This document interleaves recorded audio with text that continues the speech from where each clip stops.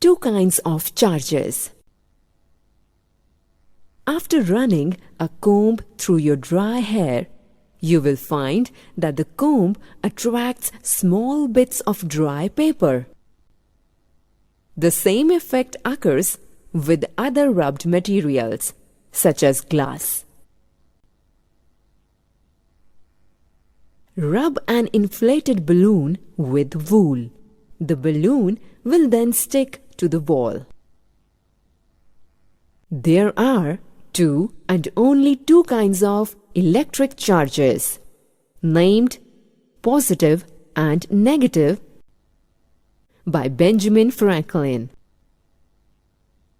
Like charges repel each other, and unlike charges attract one another.